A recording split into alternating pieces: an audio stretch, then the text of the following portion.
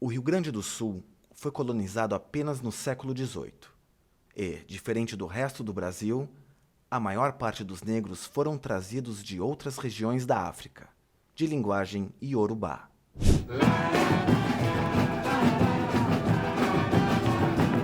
A gente é acostumado a ver, né, nos livros didáticos negros sob ferros, né, ou sob chicote. Então a gente constrói uma imagem, né, e é difícil de desconstruir essa imagem, que o negro trabalhava e ficava apenas acorrentado. Né? A escravidão era sinônimo de corrente ou de chicote. As crianças já começam na sua infância a construir o racismo, né? E uma ideia depreciativa sobre o negro. O negro foi feito para apanhar. A criança começa a construir psicologicamente isso. Nós temos que, né, mostrar que o negro foi muito mais do que isso na história do Rio Grande do Sul.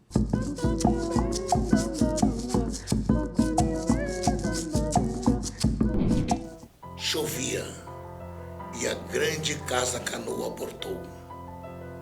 Ouvi canto de pássaros, vozes e música ao longe.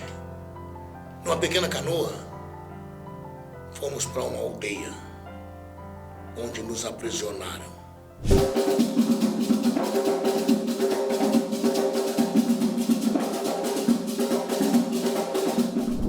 Cantem os seus hinos, suas tranças e seus batuques, mas nunca desistam, nunca sequer pensem em desistir.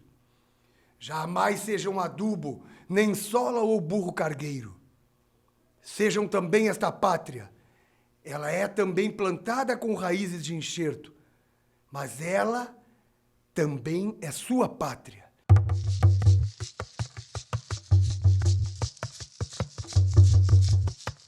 Até mesmo hoje, o estereótipo da empregada doméstica é quem? É a mulher negra. Alguns hipócritas adoram repetir. Ele é quase da família. Está com a gente desde sempre.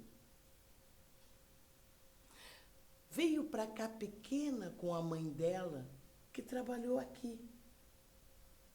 Foi como uma mãe para mim, se não fosse a minha mãe preta. As mulheres negras já nasceram empregadas. Viver para servir. Viver para assistir.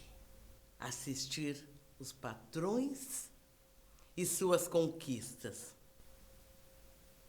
E serem privados dela.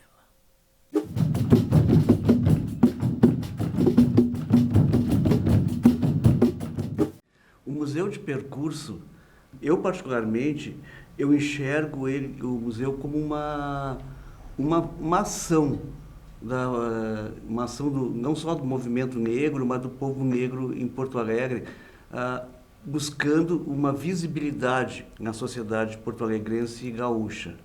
Né? Até porque o propósito do museu justamente foi esse, desapagamento dessa cultura, da ação desta população de uma forma, digamos assim, geográfica, um apagamento dos lugares de apropriação do povo negro na cidade de Porto Alegre, que é invisibilizado.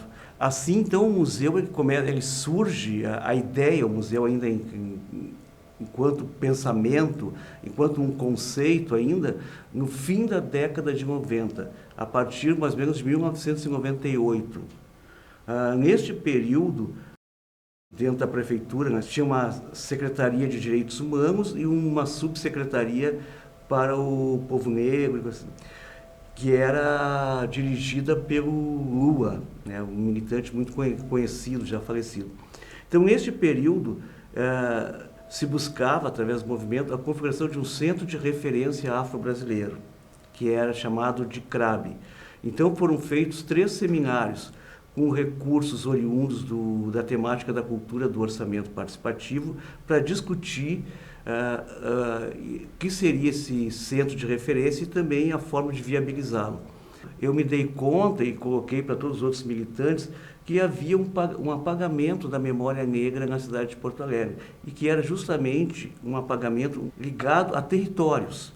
Para vocês terem um exemplo, assim, que talvez seja o exemplo que fica melhor, mais concreto, é o caso da Redenção, né? Chamado oficialmente de Parque Farroupilha desde 1935, em função de que em 1935 fez 100 anos do término da Revolução Farroupilha, então em homenagem se criou o Parque Farroupilha.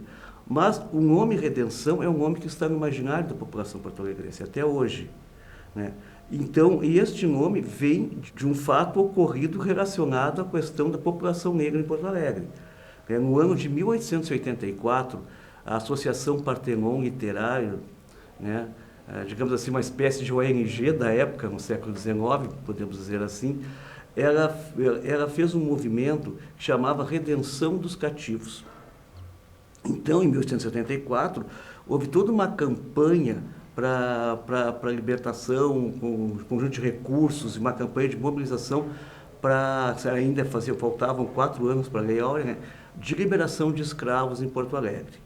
Este movimento ele foi nos Campos da Várzea. Então, e em função disso, dessa atitude, desse fato, foi documentado, passou a se chamar Campos da Redenção. Então, mas o que acontece? A gente chega na Redenção, tu tem recanto budista, recanto europeu, e não tem nenhuma menção ao fato, né, que é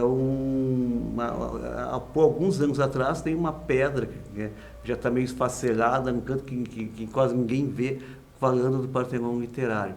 Mas então esse imaginário, a redenção, que faz parte da história da população negra, não se encontra lá, em termos de desenho de jardim, é tipo um jardim francês, 1935.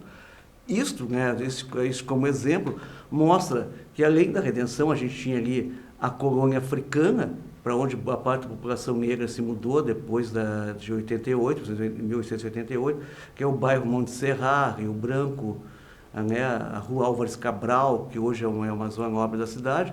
Isso não tem nenhuma placa, não tem nada, nenhuma referência. E assim vários pontos de circulação, como a antiga Ilhota, o Carnaval, que fazia um percurso pelo centro.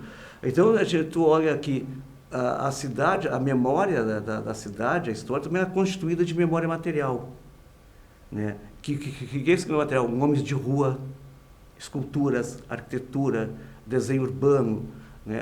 Não tem, parece que essa população, que já foi nos primeiros censos da cidade, ainda no século XVIII, mais da metade da população de Porto Alegre, ela desapareceu. As pessoas, quando chegam aqui, se surpreendem quando veem índios na rua e veem negros, né? Então, tipo assim, a imagem que o Estado se configura para fora é um Estado totalmente europeu. E a população negra é extremamente importante na cidade de Porto Alegre, na construção da cidade. Haja visto que a questão do Dia da Consciência Negra, 20 de novembro, começou em Porto Alegre, no momento Palmares, né, na Rua da Praia. Né, ali começou um movimento que é nacional, então que é de extrema importância. Mas então esses lugares onde, por exemplo assim, onde foi discutido, onde os grupos se reuniam para discutir uma ação que se contrapusesse ao 13 de maio, a Lei Áurea, que era tido como Dia dos Negros, né, que dava uma passividade a toda a história dos negros, todos esses lugares foram desaparecendo, não tem nenhuma menção. Então a ideia do Museu de Percurso era trazer elementos materiais, tipo monumentos ou outros, em lugares que havia um desaparecimento desta memória negra na cidade de Porto Alegre. Por isso ele é um museu de percurso, de trajetória. E o nome percurso que também envolve uma tradição da cultura negra em Porto Alegre.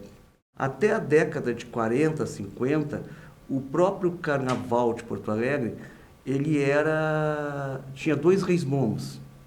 um rei momo branco e um rei momo negro, né? Que é o seu Lelé, que é o rei momo negro mais conhecido, né? E que o carnaval do rei momo negro, carnaval negro era na Cidade Baixa, ainda antes da ilhota, que tinha ali o arroio de Luve, passava no meio, né? Em frente a hoje o Museu de Porto Alegre, né? João Alfredo, ali atrás.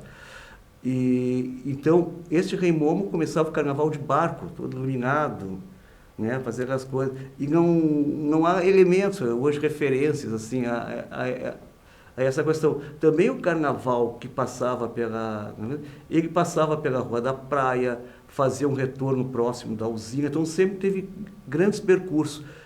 Tinha um percurso também do poeta Oliveira Silveira, que ele saía, que também não tinha uma data, era, né, quando conseguia organizar, saía do mercado público e até o Departamento de Arte Dramática, na Salgado Filho, onde era por ali uma antiga cadeia, depois a Associação Espanhola e Teatro São Pedro, nesses lugares, porque pela primeira vez, em 1940, bailarinos negros se apresentaram.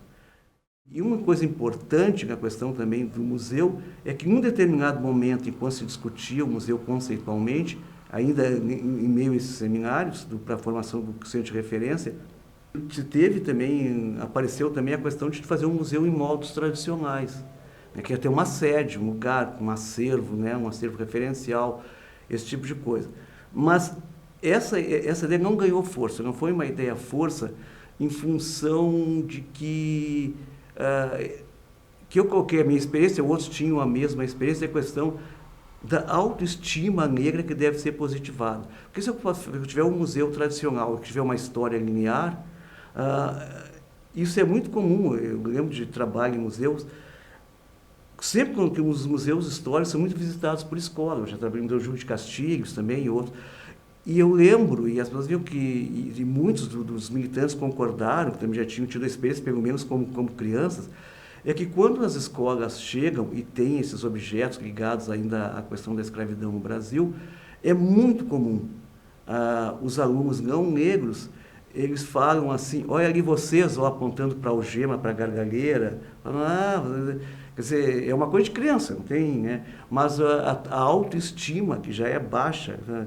Então o museu tradicional corria esses riscos, já que tu queria uma coisa positivamente, né? Uma coisa positiva. E o museu de território, ele é mais, do meu ponto de vista pelo menos, ele é mais interessante porque ele constrói um estranhamento. As pessoas passam e se perguntam, mas por quê? Quer dizer, e o estranhamento, ele constrói o conhecimento. E é a partir daí que tu pode construir um discurso, justificar, trabalhar as pessoas, né? Então, este museu também ele tem outro aspecto muito interessante. E como ele nasceu do movimento, ele é um museu de mobilização. Então, a ideia toda é que os grupos se mobilizem pelo museu. Ele não é lá um prédio que as pessoas vão parar, ele tem que ser vivenciado, mobilizado no dia a dia. Ele é uma disputa de ideias. Então, você pode falar, não, ele é tradicional, então são ideias conservadoras, ou então ele não é, isso tem que mudar. Ele sempre é uma arena de disputas políticas. E o Museu de Percurso, por ter vindo da base, da militância, e isto é a essência do museu, né?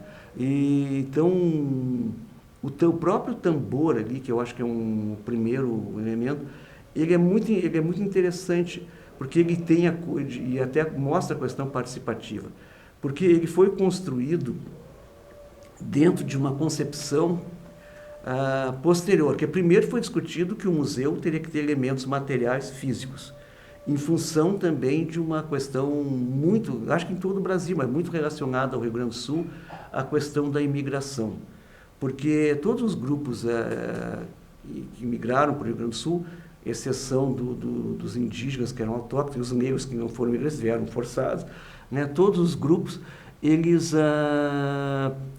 têm essa questão, valorizam muito a questão do trabalho. O trabalho é material. Como eu costumo dizer, é muito comum observar em qualquer efeméride, de grupos tipo 100, 150 anos, 120, da colonização japonesa, polonesa, italiana, seja lá o que for, É muito comum programas, né, que tem seus médios mesmo, programas na TV, de rádio, agora pela internet, falando da história dessa cultura, não sei o quê, e sempre, quase sempre, a frase final é o grupo cultural X, ou imigrante X, né, tanto faz, que com seu trabalho contribuiu para a identidade, para as raízes do Rio Grande do Sul.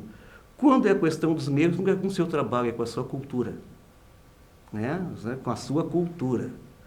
E se a gente olhar ali o tambor, que eu acho um elemento dessa história que eu falei para vocês, de uma autoestima, de uma coisa positivada da história negra, é que ali tem um recorrido geral, tem desde os escravos de ganho, que passam carregando alguma coisa, a parte das religiões tamboreiros, a questão do berimbau, dança, os quilombolas que estão com armas, mas tem um que me chama muita atenção em especial, que é uma figura dentro do Tambor Amarelo, que são 3 figuras negras com livros, que era a questão das cotas universitárias.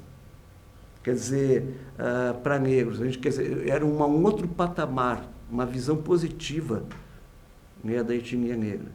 Eu vejo que o museu ele continua, ele se propõe a mobilizar as camadas negras. Ele não é algo passivo, que está lá, que vem o poder público, alguém põe uma escultura lá. Então, eu acho que ele é um museu em movimento, de um novo percurso dentro dessa tradição que eu falei.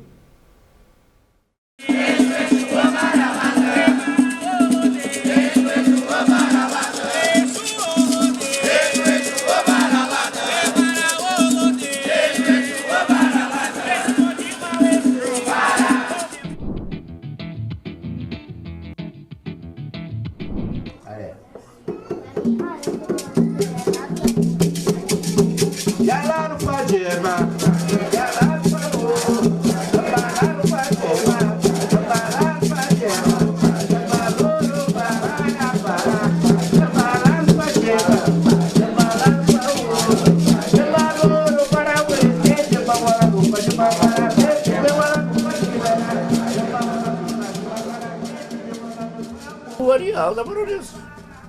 É o ponto nevrálgico do negro.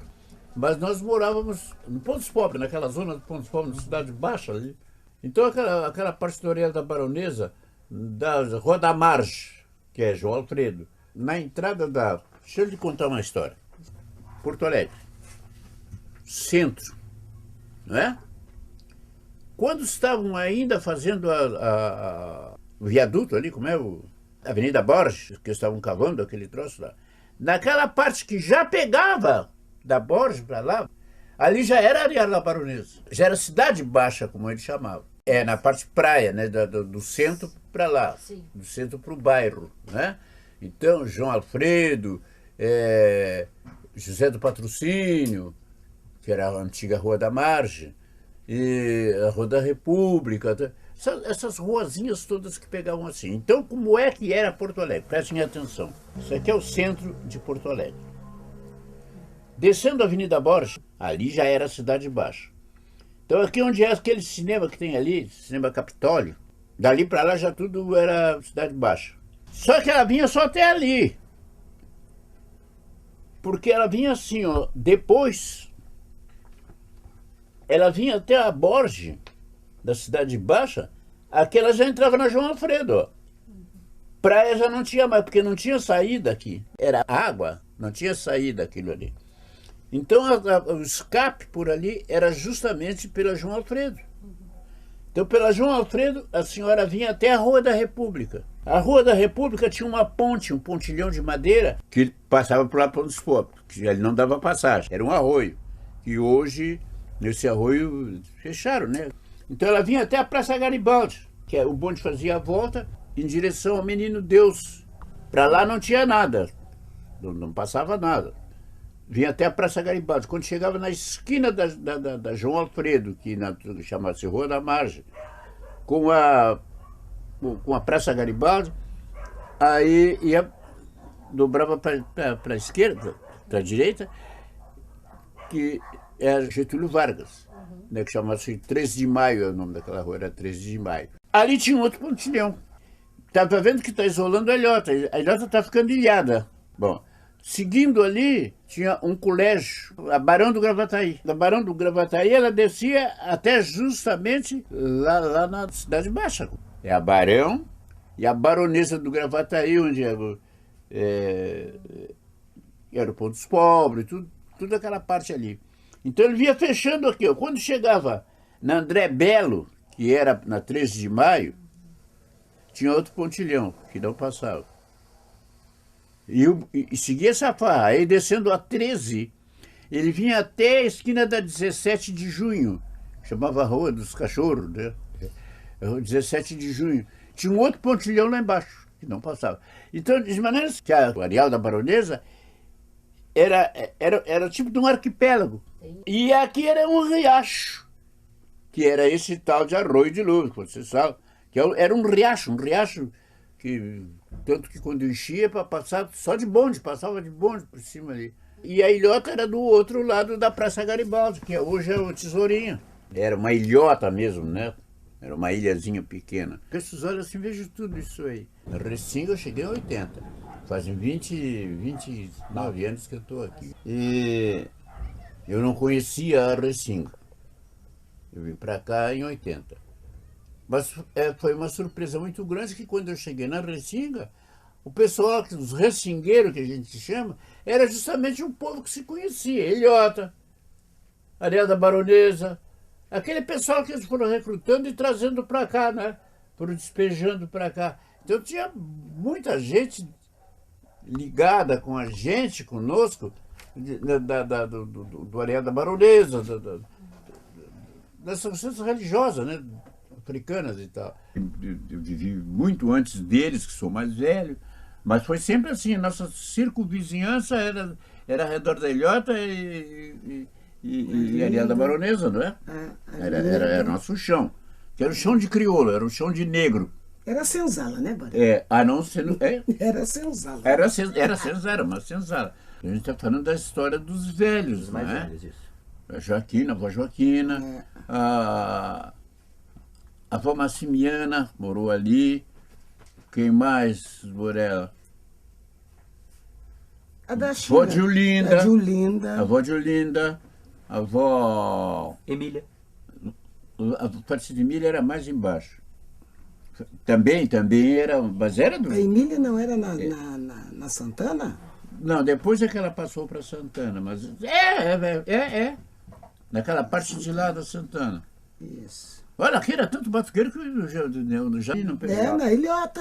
Pertencia a ilhota aquilo ali. O que é ali, Cabo Rocha, ali é Areal da Baronesa? Não, ali Cabo Rocha é é Zenha, né? Que também foi um outro núcleo, né? Do povo negro, a Cabo Rocha, né? Sim. O nome daquilo ali não era Cabo Rocha. Era a rua...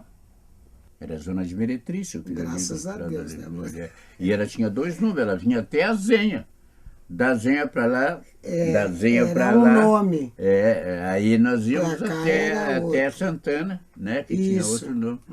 E quando sai dali da Marcelo Dia, tem uma curvinha. E vem até a Avenida São João, Rua São João. Rua São João. Rua São João. Era Rua São João, aquele pedacinho de rua que é Cabo Rocha. Vinha só até a Zenha, que era chão batido e tal. No que atravessava a rua, continuava até a Santana. Chamava-se Rua São Suci, onde é o Ernesto Dornelles, que é o hospital. Tudo era fundo do lixo. Lixão. Não passava nada ali. Morou ali o Joana, daqueles que tinham carnaval, comeu? De Lucena. Morou a família deles ali. E nós morávamos ali também, nós moramos ali. No número 107, quando eu vi o Grampo Zeppelin pela primeira e única vez, 1932, 33, passou ali. Bem baixinho, a gente guri. Não sabia que aquele charuto era aquele, né? Em 1924, eu nasci na cidade de Rio Grande, mas vim para Porto Alegre com a idade de 6 meses. A minha mãe, o meu pai, moramos todo mundo, nós se criamos ali na Serra do Areia da Baronesa. Veja bem, né? E dali a gente... Porque é um círculo, sabe? A gente dizendo ilhota, areal, não sei o quê, bababá. Mas esse núcleo de negros, sabe? Essa senzala, que eu quero dizer, abrangia tudo isso. Pegava a ilhota todinha, pegava o Areal da Baronesa todinho, Cidade Baixa toda, até a Borja, porque dali para lá era zona de meretriz, e era riacho também, não passava nada. Então eu pegava tudo aquilo ali. Vai cair, ó.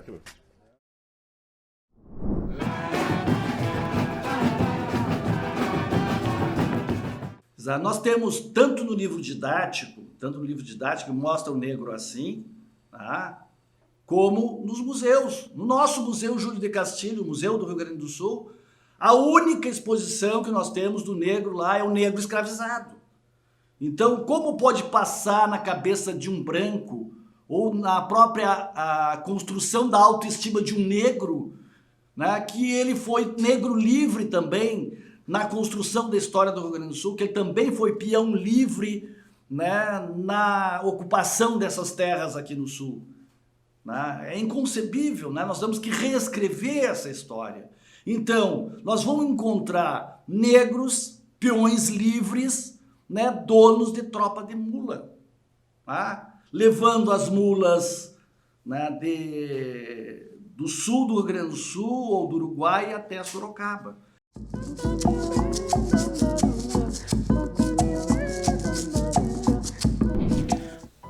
Arrastando as correntes por muitos dias, fomos levados para um outro lugar, onde fomos vendidos como animais. E de lá para bem mais longe. A água era pouca, comida quase nada. Lá, a coisa ia ficar bem pior.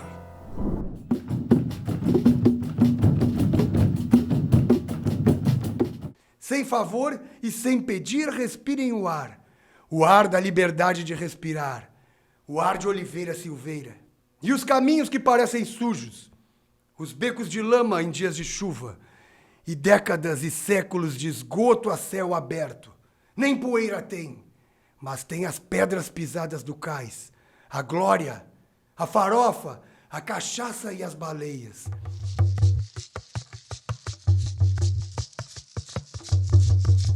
Mas parte dessas mulheres negras já conseguem reagir, já não suportam mais ser escravizadas, desrespeitadas.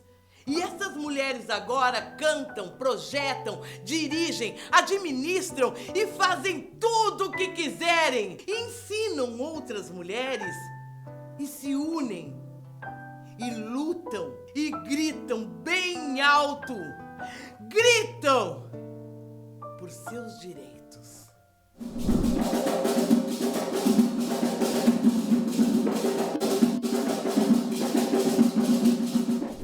Eu estou agora começando uma pesquisa que se chama Genealogias Cênicas Afro-Gaúchas, né? Então, uma viagem pelas artes cênicas e teatralidades negras na história do Rio Grande do Sul. Então, eu começo a buscar alguns vestígios remotos, né? Entre eles, talvez o mais antigo que eu encontrei e que está registrado, né?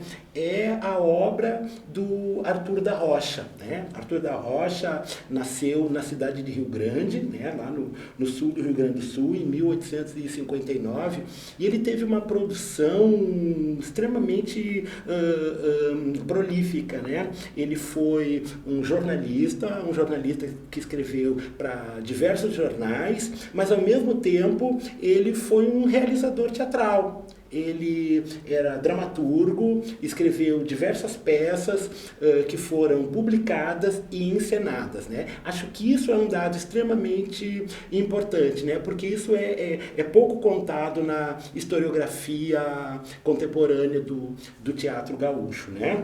Depois disso, é importante também a gente lembrar da importância dos clubes sociais negros, né? Eles não tinham somente né? Não foram importantes somente como espaço de socialização, de sociabilização, né? Mas eles também foram espaços de manutenção da cultura negra, né? E investiram muito no teatro, né? O teatro era uma fonte de expressão extremamente importante durante todo, né, o século XIX e ao longo do século XX, né? Até pelo menos o boom de cinema e televisão, né, o teatro era a grande expressão que congregava muitas pessoas, né? Então, no início do século XX, entre 1902 e 1905, a Sociedade Floresta Aurora tinha lá o seu centro dramático, né, que produziu peças, que realizou teatro, né, e há poucos registros formais desses acontecimentos, né. Ao longo da história também é importante a gente lembrar que o poeta Solano Trindade, pernambucano, né, autor de importantes obras, teve no Rio Grande do Sul também, exatamente ali na região de Rio Grande, Pelotas, realizou teatro nessa cidade, teve uma importância, né, relevante. No entanto, a memória, os registros do desenvolvimento desse trabalho foi perdido na enchente de 41. Então ele teve ali, né, no final dos anos 30 até 41, e essa memória foi perdida, né? Depois, né, a gente precisa também lembrar a importância do Teatro Experimental do Negro, né, Rio de Janeiro, né, e São Paulo, criado por Abdias do Nascimento, que também teve repercussão por todo o Brasil. Isso repercutiu aqui no Rio Grande do Sul. Então, houve também várias iniciativas, tem uma delas que é muito interessante, que tem um registro no jornal Hoje, é um jornal, não lembro se semanário ou mensal, que descreve, é um artigo de página inteira, que descreve um ensaio de um grupo de teatro negro, liderado por Sayão Lobato. Esse ápice que a gente teve nos anos 60, depois dos anos 70 também foi extremamente importante, porque a gente teve várias iniciativas, né? O nosso teatro, Razão Negra, ligado ao Satélite Prontidão, né? Nos anos 80, o Teatro Negro Axé, o grupo Iadudu, formado por mulheres negras, olha só como estavam bem adiante do seu tempo, né?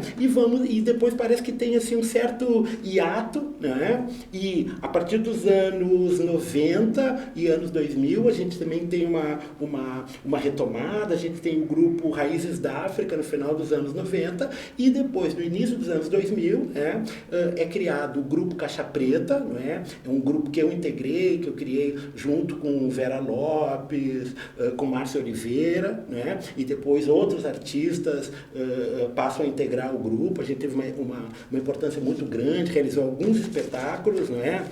Começa com o Transegum, depois a gente faz o Hamlet Sincrético, que foi um espetáculo que marcou, né, o momento da cidade, né? A gente lançou recentemente, né, em 2019, um livro sobre a memória desse teatro, mas eu queria salientar esse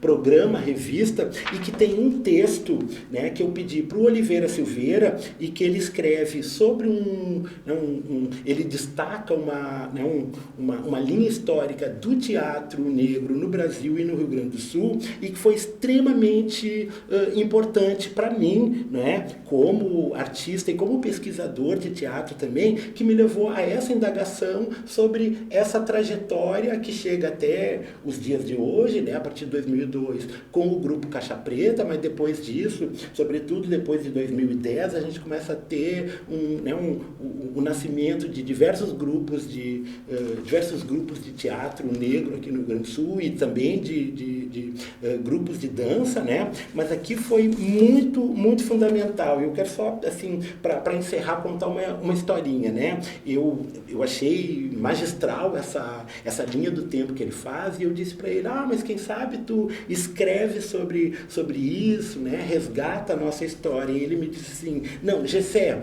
agora quem tem que fazer isso é tu. Quer dizer, é um pouco essa noção de que nós sempre estamos fazendo, né, um percurso coletivo, como se fosse uma corrida de bastão, que a gente sempre tem que passar o bastão para alguém que tá correndo, e mais adiante eu vou retomar o fôlego e logo mais eu retomo esse bastão, né? E isso eu acho que é um legado de intelectuais como Oliveira Silveira, né, que nos indicou que esse caminho é também um caminho de reflexão, de memória e de publicação.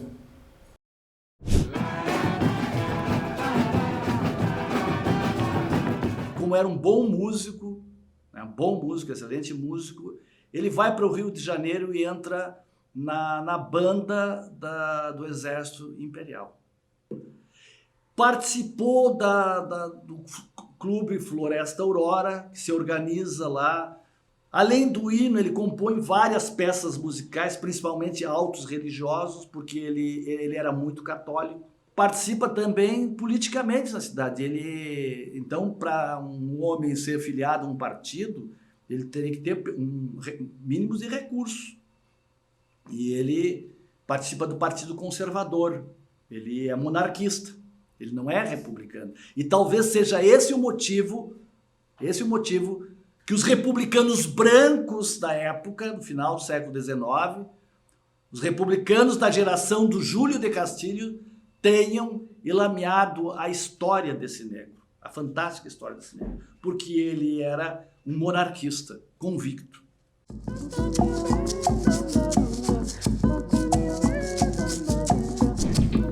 Chegamos a uma grande casa, com muitas árvores e um poço no meio de tudo. Lá, até os animais tinham seu bebedouro, mas para o povo negro, a água era controlada.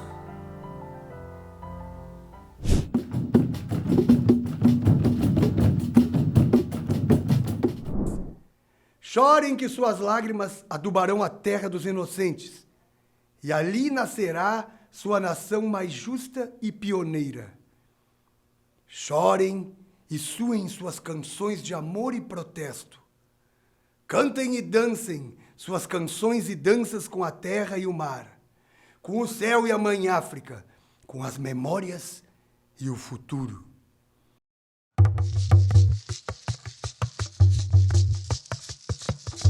Essas mulheres que ainda hoje lutam para se libertar, ainda lutam para poder viver, lutam pelo direito de poder lutar,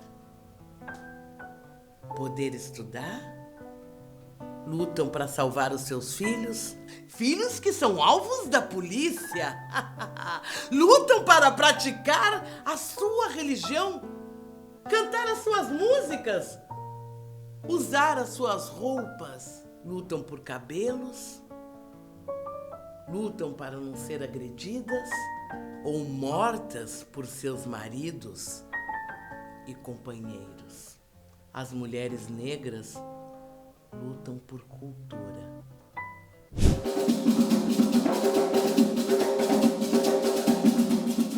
A sociedade foi fundada em 31 de dezembro de 1872 e a finalidade era meramente beneficente, porque os escravos morriam, quer dizer, foi antes da abolição, e os escravos morriam e eram enterrados em valas comuns. Então a finalidade era propiciar um enterro com dignidade para os escravos e dar uma assistência às viúvas que ficavam no desamparo quando perdiam seus maridos, né? Mas com o tempo a sociedade passando, e o primeiro registro que se tem Cartório de Registro Especial de Porto Alegre, quando fez 100 anos, deu uma dedicatória para a Sociedade Floresta Aurora, né? E a primeira ata que se tem notícia registrada, a primeira ata, aqui, ó, de 1894 a 1917, onde consta, então, a primeira ata da Sociedade Floresta Aurora. Bom, a sociedade, ao longo dos anos, a gente lutou muito para manter, passou por vários percalços, até pela própria natureza e pelas condições das pessoas que a fundaram.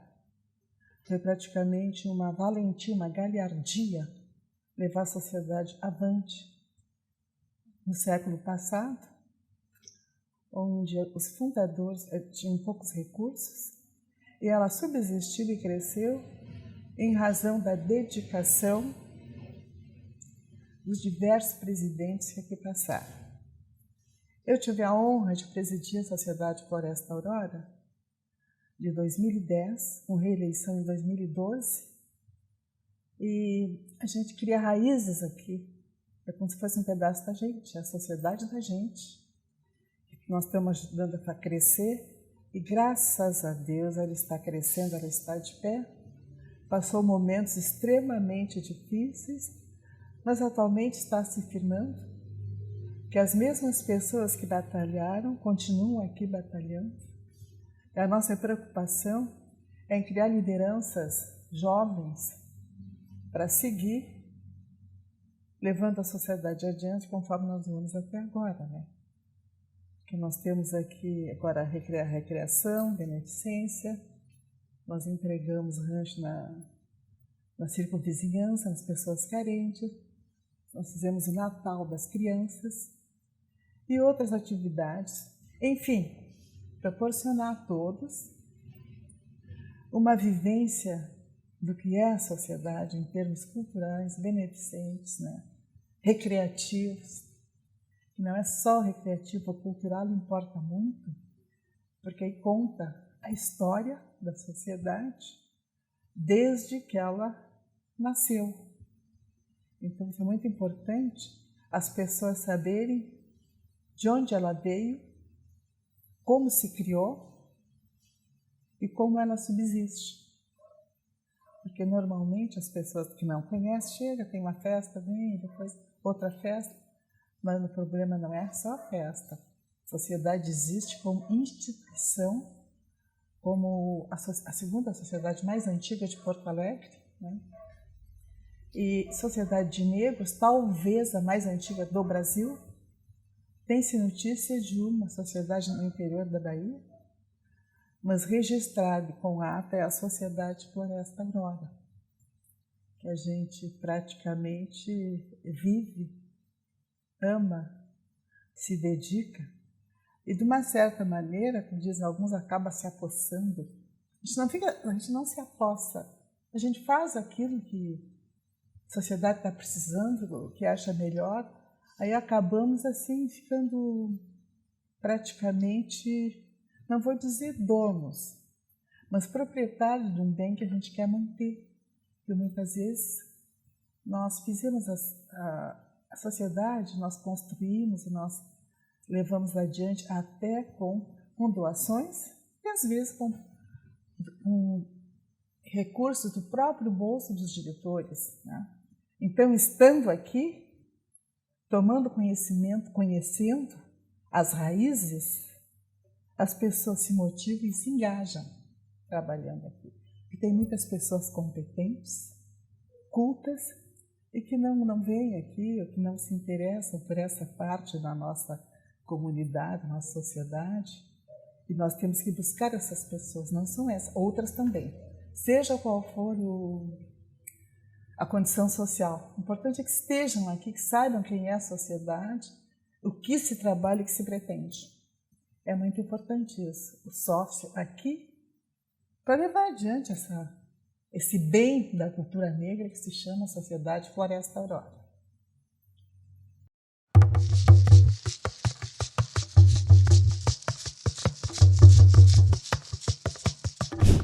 Camila Cunha, historiadora, e estou vice-presidente da Associação Satélite Prontidão, gestão 2021-2023.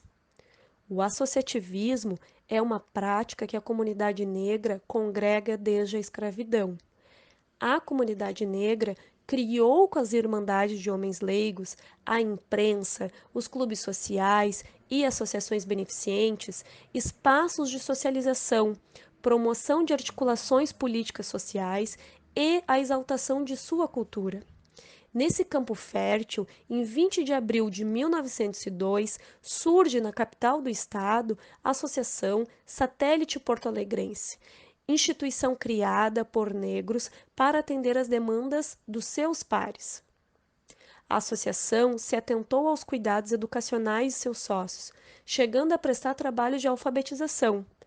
Infelizmente, a enchente que ocorreu nos anos 40 na cidade limita o acesso a maiores detalhes das ações promovidas nesses primeiros anos da instituição, pois muitos documentos se perderam. Durante a sua existência, a associação passou por algumas remodelações estruturais, políticas e sociais. Nesse sentido, em 1956, ocorre uma fusão com o Grupo Carnavalesco Prontidão, que também realizava trabalhos assistenciais, como sessões de consultas médicas e odontológicas. Nesse mesmo ano, então como Associação Satélite Prontidão, a ASP adquire um imóvel na Avenida Coronel Aparício Borges, bairro Glória, onde constituiu a sua sede por mais de 3 décadas.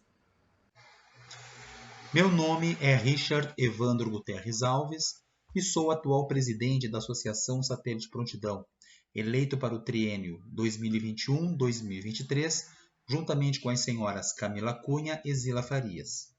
Ao longo de sua trajetória, a Associação Satélite Prontidão, que surgiu em função da demanda por visibilidade e da necessidade de espaços de sociabilidade destinados à comunidade negra, atravessou muitos desafios, dentre os quais está a especulação imobiliária, que contribuiu para que a ASP, ao longo de 2011, alterasse a localização da sua sede para o atual endereço localizado na rua Alberto Rangel, bairro Rubem Berta, situado na zona norte de Porto Alegre, local de grande concentração populacional negra e periférica e com um dos menores índices de desenvolvimento humano da cidade.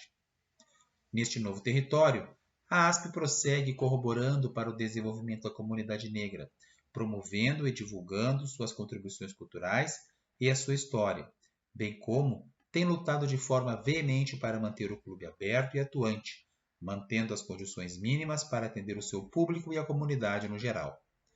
No ano de 2018, foi criado o Memorial ASP, com o objetivo de promover a superação da invisibilidade da cultura e das memórias da população negra na sociedade porto-alegrense, por meio da criação de um espaço de cultura e memória negra, na sede da Associação Satélite Prontidão. Já em 2020, em virtude da pandemia do Covid-19, a ASP precisou novamente se reinventar a fim de manter-se sempre em contato com a comunidade. Para alcançar esse objetivo, criou o projeto denominado Lives do Prontidão, que visa divulgar a história e preservar as memórias dos afro-gaúchos, com destaque para a participação deste clube social negro centenário da cidade de Porto Alegre. Atualmente, a ASP conta com uma equipe de diretoras e diretores voluntários que utilizam suas múltiplas inteligências em prol da sustentabilidade e da continuidade da trajetória de 119 anos da instituição, pois o associativismo negro criou os grupos, clubes, associações, entre outras agremiações, como espaços de sociabilidade para romper com o lugar social relegado para nós, negros e negras, ao longo da história. Vida longa aos clubes sociais negros, vida longa à Associação Satélite Prontidão.